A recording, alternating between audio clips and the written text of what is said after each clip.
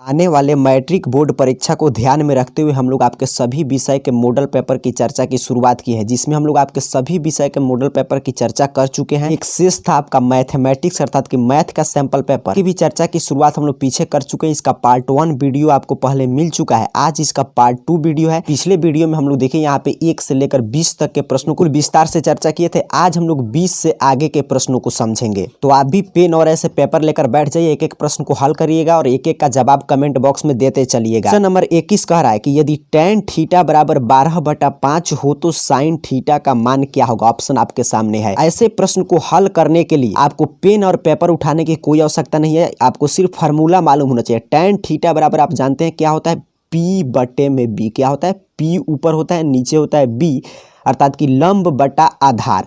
और sine theta में क्या होता है, तो ऊपर इसमें भी होता है लंब बटा में कर्ण अर्थात कि P/S। तो यहाँ पे P होता है ऊपर, यहाँ भी P अर्थात कि यहाँ पे 12 है तो यहाँ पे भी ऊपर क्या आएगा, 12 आएगा। अब ऑप्शन में देखिएगा तो यहाँ पे 12 है, यहाँ पे 12 है, तो आपको ये दो जो है ऑप्शन हो सकता है, लेकिन ये दो तो आप यहीं पे छाट दिए कि ये दो किसी भी हाल में नहीं होगा। इसमें होता है नीचे B और यहाँ होता है H। तो आप मान पढ़े होंगे कि जो कर्ण होता है वो सभी दोनों भुजा से बड़ा होगा। तो ये देखिए नीचे 5 है, तो सोचिए कि ऐसा संभव है कि लंब किसी समकोण त्रिभुज में 12 हो जाए और कर्ण 5 हो जाए, कभी संभव नहीं है। तो इसीलिए आंसर क्या होगा, 12/13। सॉल्व कीजिएगा तो देखिए H निकालने के लिए 12 का स्क्वायर कीजिएगा 144, 5 का स्क्वायर कीजिएगा तो 25 और 144 और 25 जुड़िएगा तो 169 आएगा और 169 का अंडर रूट निकालिएगा तो 13 हो जाएगा। और साइन थीटा बराबर P/S, तो P मालूम है 12 और H कितना आएगा 13। नंबर प्रश्न देखिए कह रहा है 1 + cot स्क्वायर A बटा 1 + tan स्क्वायर A इसमें किसके बराबर है। सॉल्व करके अच्छा से समझ लेते हैं, क्योंकि ऐसे प्रश्न हो सकता है आपसे 2 अंक में भी पूछ लिया जाए, तो इसको ध्यान से समझ कर रखिएगा। 22 नंबर यही आपसे प्रश्न पूछा गया, तो 1 + cot स्क्वायर A बराबर आप पढ़े होंगे कितना होता है, cosec स्क्वायर A। त्रिकोणमिति में आपका कुछ नहीं होता है, सिर्फ आपको फार्मूला मालूम होना चाहिए बस। तो 1 + cot स्क्वायर A बराबर होता है cosec स्क्वायर A और 1 + tan स्क्वायर A बराबर क्या होता है आपका sec स्क्वायर A। cosec आप जानते हैं साइन का उल्टा होता है, तो इसका मान हो जाएगा 1/sin स्क्वायर A। और sec किसका उल्टा होता है, तो cos का, तो 1/cos स्क्वायर A। नीचे से ऊपर चला जाएगा, यहाँ पे भाग में है तो ऊपर जाके गुना में हो जाएगा, अर्थात कि इतना बराबर क्या आप लिख सकते हैं, cos square A divided by sine square A। cos square A बटा साइन स्क्वायर A बराबर कितना होता है, तो cos बटा साइन आप पढ़े होंगे होता है cot स्क्वायर है, तो cot square A। Right answer हो जाएगा cot square A। Option C पे cot स्क्वायर A, तो यही राइट आंसर हो जाएगा। हमारा प्रश्न भी आ गया आपके हाइट एंड डिस्टेंस से। पूछा जा रहा है एक स्तंभ की छाया की लंबाई स्तंभ की ऊंचाई से √3 गुनी है, सूर्य का उन्नयन कोण क्या है। बड़ा अच्छा प्रश्न, इसको भी सॉल्व कर लेते हैं हम लोग। सॉल्व करने के लिए सबसे पहले आपको एक फिगर बनाना होगा, तो यहाँ पे एक समकोण त्रिभुज हम लोग बनाते हैं। समकोण त्रिभुज का कुछ नाम दे दीजिए A, B और C। से कहा गया है कि एक स्तंभ जो है, ये स्तंभ है मान लीजिए, तो इसका लंबाई कुछ नहीं मालूम है, लेकिन हम मान लेते हैं इसका लंबाई है x। मान लीजिए AB स्तंभ है, तो ये जो छाया A बन रहा है वो इस स्तंभ के ऊंचाई यदि आप x मानते तो इसके √3 गुना, अर्थात कि कितना हो जाएगा √3x। ये x है तो √3x हो जाएगा। हाइट एंड डिस्टेंस में हम ज्यादा यूज करते हैं tan का, तो tan थीटा बराबर कितना होता है, तो P/B। हमारा देखिए इसमें कितना है AB, P कितना है आपका AB और बटा में B कितना है, एक समकोण है हमारा, तो B कितना है BC। tan theta is equal to AB का मान दिया गया यहाँ पे x और BC का मान भी मालूम है आपको √3x। x से x कैंसिल हो गया, कितना हो गया 1/√3।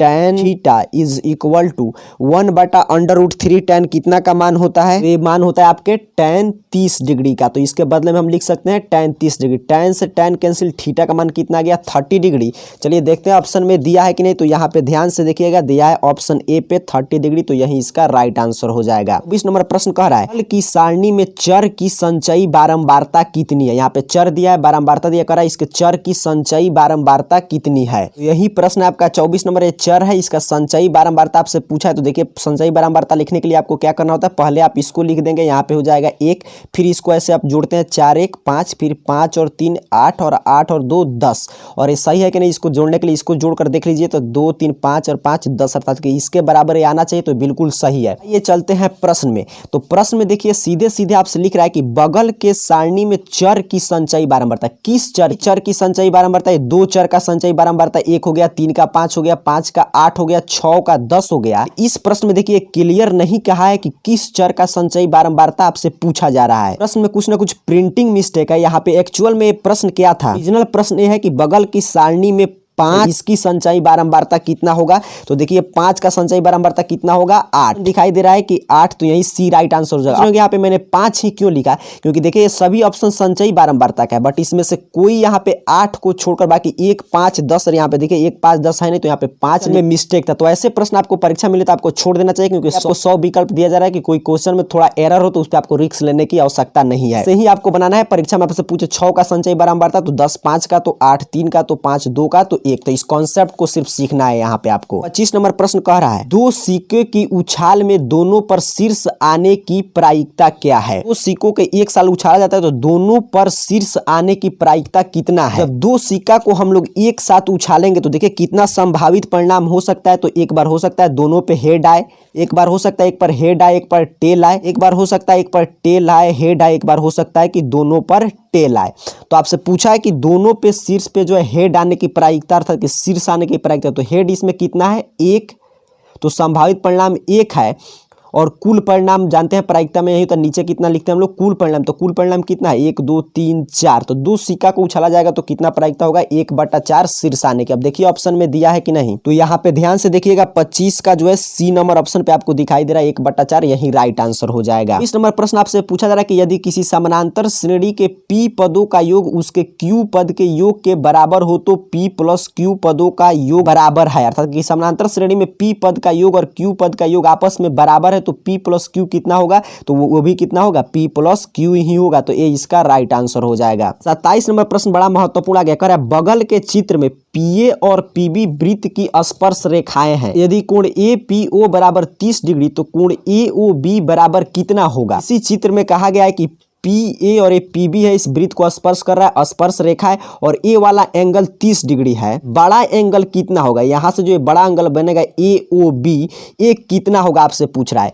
तो इसके लिए आपको ए एंगल मालूम होना चाहिए, ए ओ पी कितना है, फिर आपको बी ओ पी कितना है ये मालूम हो जाए तो दोनों को जोड़ देंगे। तो इसको निकालने के देखिए ए जब 30 है और ये लंब डाल रहा है, यहाँ से इस पे लंब डाला गया, तो लंब कितना डिग्री का होता है, 90 डिग्री। तो ये 90 30 120 डिग्री का ए एंगल हो गया। तो त्रिभुज के तीनों कोण का योग कितना होता है, 180, और यही 90 30 क्योंकि ये लंब था, ये 30 दिया था, तो यही मिलके बना दिया 120। तो 180 में से 120 घटाइएगा तो कितना होगा, 60। भी कितना होगा उसी तरह 60। तो 60 60 कितना दोनों मिलकर हो जाएगा, बड़ा वाला कोण 120। तो इसका राइट आंसर हो जाएगा ऑप्शन सी। ये सभी आसान आसान प्रश्न है। 28 नंबर प्रश्न देखिए बड़ा महत्वपूर्ण है, पूछा जा रहा है आपसे x square plus 1/x square बराबर 14 हो तो x प्लस 1/x का मान होगा। पूछा गया कि x स्क्वायर प्लस इतना बराबर आपका 14 दिया गया, तो इसका मान क्या होगा। तो इसको निकालने के लिए इसका आप होल स्क्वायर कर दीजिए, तो a चला जाएगा आपका a प्लस b के होल स्क्वायर फार्मूला पे, तो क्या होता है a square plus b square, तो a का स्क्वायर कर दिए प्लस b स्क्वायर प्लस होता है आपका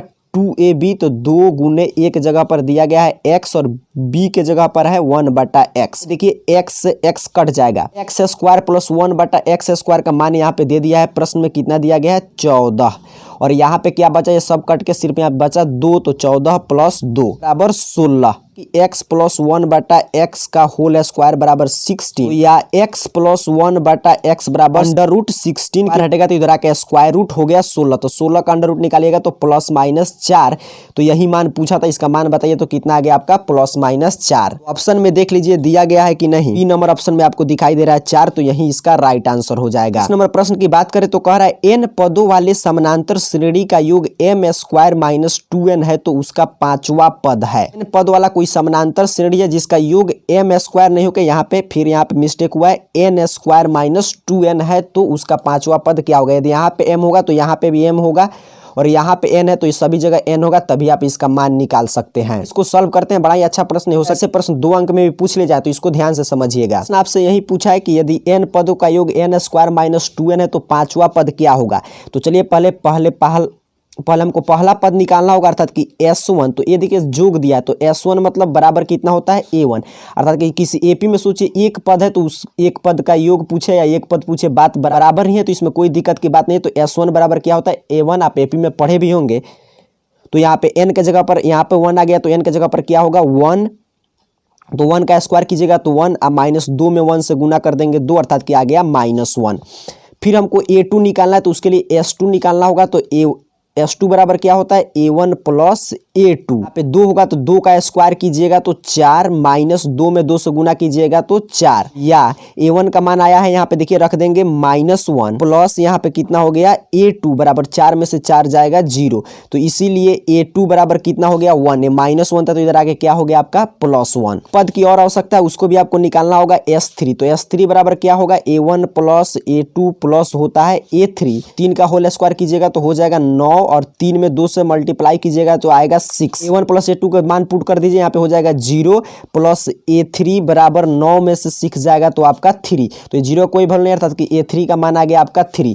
तो आपको समानांतर श्रेणी कुछ इस क्रम में प्राप्त हो गया। देखिए यहाँ पे A1 आपका आ गया प्रथम पद -1, दूसरा पद 1 और तीसरा पद आपका आ गया 3। आगे बढ़ते जाएगा। अब आपसे पूछा है पांचवा पद, तो पांचवा पद बराबर आप जानते हैं क्या होता है A प्लस 4D।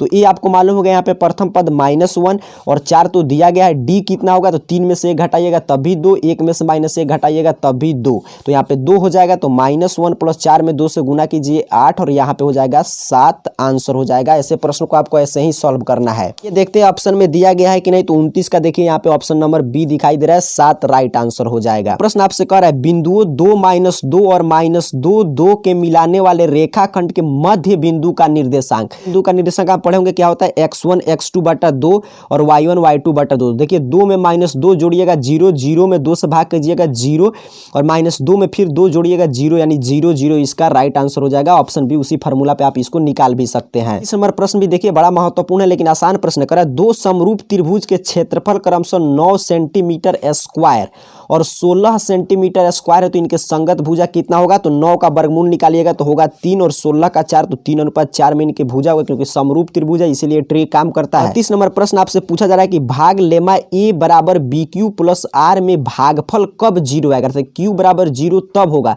तो ये कंडीशन कब प्राप्त होता है, यूक्लिड विभाजन एल्गोरिथम से आप पढ़े होंगे। जब Q 0 तभी होगा जब B का मान जो है भाजक हो, भाज्य जिससे बड़ा हो, तभी Q 0 संभव है। तो यही राइट आंसर हो जाएगा ऑप्शन सी। इस नंबर प्रश्न भी आपसे बिल्कुल आसान पहला चैप्टर से करा। यदि दो संख्याओं का मौसा 25 और लौसा 50 हो तो संख्याओं का गुणनफल कितना होगा। लेकिन दो संख्याओं का गुणनफल क्या होता है, मौसा गुने लौसा, तो इसको गुना कर दीजिए। तो 25 में 5 से गुना कीजिएगा हो जाएगा 125 पर 0 अर्थात कि 1250। इसका राइट आंसर हो जाएगा ऑप्शन ए पे दिया गया। इस नंबर प्रश्न आपसे पूछा जा रहा है कि 2x² प्लस 5x माइनस 12 बराबर 0 का एक मूल निम्नलिखित में कौन है, अर्थात कि इसका शून्य इसमें से कौन है आपको बतलाना है। तो इसको आपको हल करना पड़ेगा। इसको हल करते हैं तो यहाँ पे इसको हल करने के लिए आप किसी भी मेथड का प्रयोग कर सकते हैं। तो हम लोग गुणनखंड विधि का प्रयोग करेंगे। 12 में 2 से गुना कर देंगे, कितना हो जाएगा 24, 2 से निकालिएगा 12, 2 से 6, 2 से 3। तो इस टर्म में लिखना है कि यहाँ पे 5 आ जाए, तो देखिए 2 दूनी 4 दूनी 8 में से 3 घटा लीजिएगा तो 5 प्राप्त हो जाएगा। तो इसी को लिख देना है 2x² plus 8x minus 3x minus 12 बराबर 0। तो यहाँ पे भी 2x है, इसमें भी 2x छुपा हुआ है, तो 2x आप कॉमन ले सकते हैं। x प्लस x कैंसिल 4, यहाँ पे -3 कॉमन लेंगे तो हमारा बचेगा x plus minus minus plus हो जाएगा, यहाँ पे 4 बराबर 0। तो यह x प्लस 4 और यहाँ पे हो गया 2x माइनस 3 बराबर 0। तो यहाँ से आपको x का मान एक मिल गया, +4 है तो -4 और यहाँ पे एक मिल जाएगा -3, तो इधर आके +3 गुना में है तो भागा में। तो देखते हैं इसमें से कौन इसमें दिया गया है, -4 दिया गया। तो यही यहाँ पे देखिए आया था -4, तो सी इसका राइट आंसर हो जाएगा 34 नंबर प्रश्न का। नंबर प्रश्न देखिए ऐसे खूब परीक्षाओं में आसान प्रश्न आते हैं। यहाँ पे लिखा जा रहा है कि निम्नलिखित में किसका दशमलव प्रसार शांत नहीं है, अर्थात कि पूछ रहा है आपसे कि किसका दशमलव प्रसार अशांत है। जानते हैं कि उसी परिमेय संख्या का दशमलव प्रसार शांत होता है हर जो है 2 के पावर m गुने 5 के पावर n, अर्थात कि जिसके हर के गुणनखंड करें तो उसमें सिर्फ 2 और 5 ही प्राप्त हो। इसमें भी देखिए 2 ही सिर्फ प्राप्त होगा 8 में, तो ये कौन सा दशमलव प्रसार होगा, शांत। इसमें भी सिर्फ 2 आएगा तो ये भी शांत होगा। इसमें भी इसका भी गुणनखंड ऐसे तोड़िएगा 2 2 से, तो सिर्फ 2 ही प्राप्त होगा।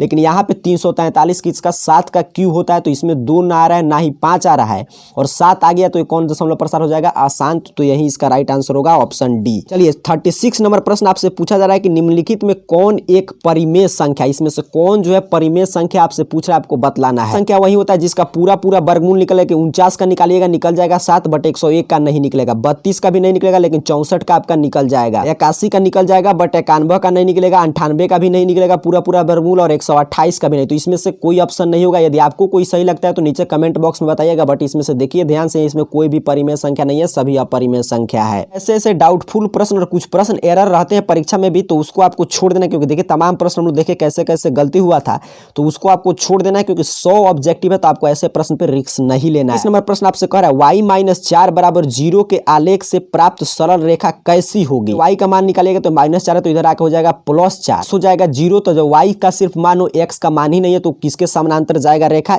x अक्ष के समानांतर। ऐसे आप ग्राफ भी खींच सकते हैं, x अक्ष के समानांतर ही आएगा। ट्राइगोनोमेट्री से फिर आपका प्रश्न आ गया 38 नंबर प्रश्न, बड़ा ही शानदार है। कह रहा है यदि sin a बराबर 1/√1 + m² हो तो tan a का लिखित में किसके बराबर है। तो ये बड़ा ही शानदार प्रश्न, आइए इसको हल करते हैं। यही प्रश्न है। तो sin a बराबर आप जानते हैं कितना होता है, P/H। आपको tan का मालूम, और tan बराबर कितना होता है, P/B। तो आपको B चाहिए, निकालने के लिए हम क्या करते हैं, तो H के स्क्वायर में से P का स्क्वायर घटाएंगे तो आएगा B का स्क्वायर, अर्थात कि H का मान कितना है, तो √1 + m का होल स्क्वायर करके, इसका होल स्क्वायर करके, और इसमें से माइनस करेंगे आपका P का स्क्वायर, तो आएगा स्क्वायर कीजिएगा तो स्क्वायर से वर्गमूल भाग जाएगा, क्या बचेगा 1 + m² - 1।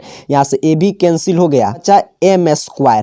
और इधर भी हम लोग B², लेकिन हमको B चाहिए तो स्क्वायर से स्क्वायर कैंसिल, क्या बचा B का मान m। तो tan थीटा बराबर P/B, मान देखिए दिया गया 1 और B का मान आ गया m, तो 1/m आंसर हो जाएगा। चलिए ऑप्शन में देखते हैं, तो इसका A नंबर पे आपको दिखाई दे रहा है 1/m, तो यही इसका राइट आंसर हो जाएगा ऑप्शन A। 9 नंबर प्रश्न भी बड़ा शानदार प्रश्न है। कह रहा है समान ऊंचाई के एक शंकु, एक अर्धगोला एवं एक बेलन समान आधार पर खड़े हैं, तो उनके आयतन निम्नलिखित में किस अनुपात में होगा। अर्थात कि आपसे पूछ रहा है कि एक शंकु है, एक अर्धगोला, एक बेलन है, और दोनों का आधार और ऊंचाई एक बराबर है, तो इसका आयतन का अनुपात क्या होगा। तो ऐसे प्रश्न को देखिए बिल्कुल आसानी से आपको परीक्षा में हल कर लेना है। तो सबसे पहले आपको शंकु के आयतन का फार्मूला मालूम होना चाहिए। के आयतन का फार्मूला क्या होता है, तो कहिएगा 1/3 πr² h, और अनुपात पूछा है तो अनुपात। आपको 2 नंबर पे लिखा है अर्धगोला, तो अर्धगोला का फार्मूला क्या होता है, 2/3 πr3। फिर आपसे पूछा गया बेलन, तो बेलन का क्या होगा, πr² h। ये पाई से पाई कैंसिल हो जाएगा, r² h का भी कोई महत्व नहीं है, क्योंकि सभी एक बराबर है, बताया गया सभी कांस्टेंट है। अगर दोनों इन सभी का मान एक एक मान लेंगे तो इसके मान में कोई फर्क नहीं पड़ने वाला है। आपको मूल रूप से क्या बचा, तो 1/3